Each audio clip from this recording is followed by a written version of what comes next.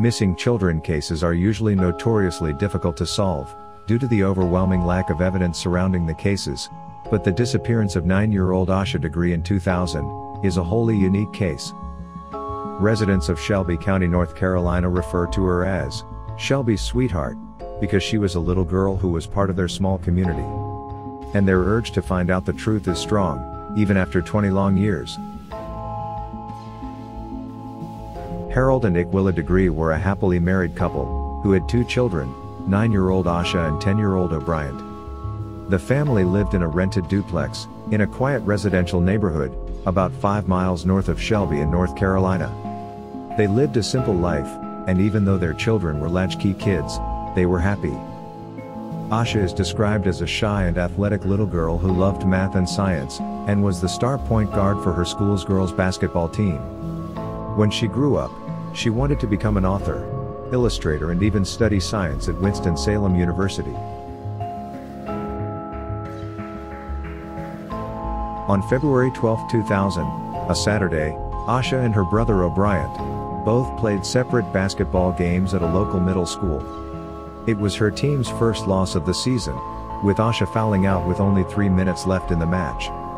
Clearly, Asha was very upset at first and may have even blamed herself for her team's loss, but eventually, she cheered up while watching her brother play.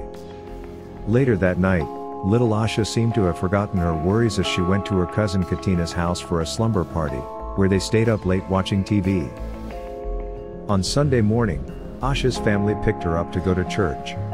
And afterwards, they went to a cousin's home where Asha's grandmother gifted her a bottle of cologne and some Valentine's Day candies. After returning home, Asha dozed off at around 6:30 p.m., as she didn't get enough sleep at the slumber party the night before. She woke up 2 hours later when she heard a thunderstorm that made its way to their area. She went to the living room to watch TV along with her family, but because of a power outage at around 9 p.m., the kids were sent to bed early. At 11:30 p.m., Harold stepped out for a last-minute trip to buy some Valentine's Day candy. Tomorrow would be his and Iquilla's 12th wedding anniversary, and the two planned to spend the day alone at home. He returned shortly after and fell asleep on the couch. Around 2:30 a.m. on February 14th, Harold got up off the couch and checked on the children before finally heading to bed. He had heard Asha moving around in her bed sometime during the night, but assumed she was just tossing and turning in her sleep. Little did he know that Asha took her backpack, slipped out of the house, and started walking south on Highway 18. They would never see her again. Iquilla woke up at 5:45 a.m. and walked into the kids' room to find O'Brien asleep but Asha's bed unmade and empty. After searching the house thoroughly, she realized that Asha's book bag and house key were gone. Now concerned, Harold called the police at 6:39 a.m. And when the police searched the house, there was no sign of forced entry and no promising scent trail for search dogs to follow. That afternoon, investigators received at least 2 separate reports from individuals who said they saw a young female walking along Highway 18, in the opposite direction of the Degrees' home around 4 a.m. One person said they went back to check on the girl but she had left the roadway and disappeared into the woods. On February 15th, a day after the authorities began investigating Asha's disappearance, some volunteers who were searching the nearby area came across an unoccupied shed owned by Raleigh and Debbie Turner, who lived almost exactly 1 mile south of the Degree home, and asked them to check their property for any sign of Asha. When they checked the shed, they found an odd assortment of items: a green marker, a 1996 Atlanta Olympics pencil, a yellow hair bow, some cellophane candy wrappers, and a wallet-sized photo of a little girl. They turned the items over to the police, but no one in Asha's family or at her school knew the girl in the photo. But what's more strange is that they quickly identified the other items as Asha's. Her friends stated that the candies came from a treat bag they received at the basketball game on Saturday night. After this puzzling find, investigators would find no further evidence. On February 20th, after 3 days of unsuccessful searching, they suspended the official search and labeled it a cold case.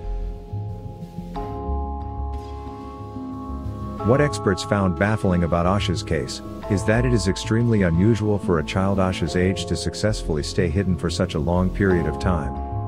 She also did not fit any standard profile for a runaway child. By all accounts, her home life was stable and loving, her parents were happily married, and she got good grades in school. No one in her social circle ever noticed any signs of abuse, and she did not confide in anyone about any problems at home. And yet, the investigators have always believed that Asha left the house voluntarily, and that she likely planned it out in advance. They even ruled out Asha's parents as possible suspects involved in foul play. So, why would she leave home? There are a few clues about why Asha left her house. Her mother Iquilla has a suspicion that maybe Asha was more upset about losing the basketball game the night before her disappearance, more than she had previously expressed. Even though she was very happy at the sleepover that night, she kept talking about the game throughout Saturday night and on Sunday. One popular theory is that Asha was catfished by an adult predator posing as the little girl in the photo found in the Turner shed. Another common theory is that she was lured away from home by a trusted adult, under the pretense of making her parents a gift for Valentine's Day, which also doubled as their 12th wedding anniversary. But her parents dismissed the idea, saying that Asha was never too excited for Valentine's Day.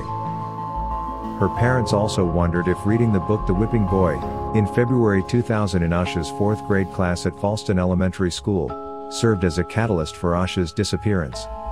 The book centers around the story of a prince and a commoner child who run away, and the book details their adventures. Both boys return safely to the kingdom at the story's end. It is still not clear if this was a factor in Asha's disappearance. On August 3, 2001, some 30 miles north of the last sighting, construction workers digging an access road for a new home in neighboring Burke County found a book bag that belonged to Asha. Inside was a concert t-shirt featuring boy band New Kids on the Block, and a children's book, McElligot's Pool, by Dr. Seuss. Neither belonged to Asha, though the book was from the library at Asha's school, Falston Elementary. Investigators released images of the shirt and book in 2018, hoping to jog the memories of people who may have helpful information. In October of 2001, a plastic trash bag similar to the one Asha's book bag was wrapped in, was found close to Highway 18. The bag was sent to a police lab for analysis, but is not believed to have any relation to her case. In 2016, investigators revealed that they believe that Asha may have been sighted getting into a distinctive dark green early 1970s model car, on the night she was last seen. The vehicle, which had rust around the wheel wells, is thought to have been either a Lincoln Mark IV or a Ford Thunderbird. The FBI, to this day, are following up on any leads that may prove to be useful in solving this case. An FBI intelligence analyst who has worked the case since 2014, says that although Asha left her house 20 years ago, they treat it as if it happened yesterday.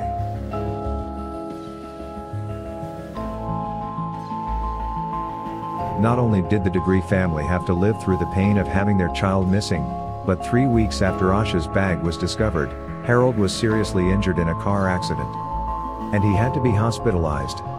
And while visiting Harold at the hospital, Iquilla slipped, fractured her foot, and later developed a staph infection and a dangerous blood clot. Both Harold and Iquilla were unable to work for almost a year and forced to go on disability, relying on the generosity of their community to get by. O'Brien is now 29 years old, and has a daughter of his own, who is around the same age as her aunt was, when she disappeared. Every year, the family holds a commemorative 1-mile walk from their home to the billboard on Highway 18, marking the spot where Asha was last seen. They refuse to believe she's dead, and remain optimistic that she will return. Even after all these years, Iquilla says that they're not giving up hope, until they call her to identify a body. And even then, they will still not lose hope because she knows that Asha's with God, and she's taken care of, so she still won't have to worry. Thank you for watching, and we hope you found our video interesting. Like, comment and subscribe for more fascinating unsolved mysteries.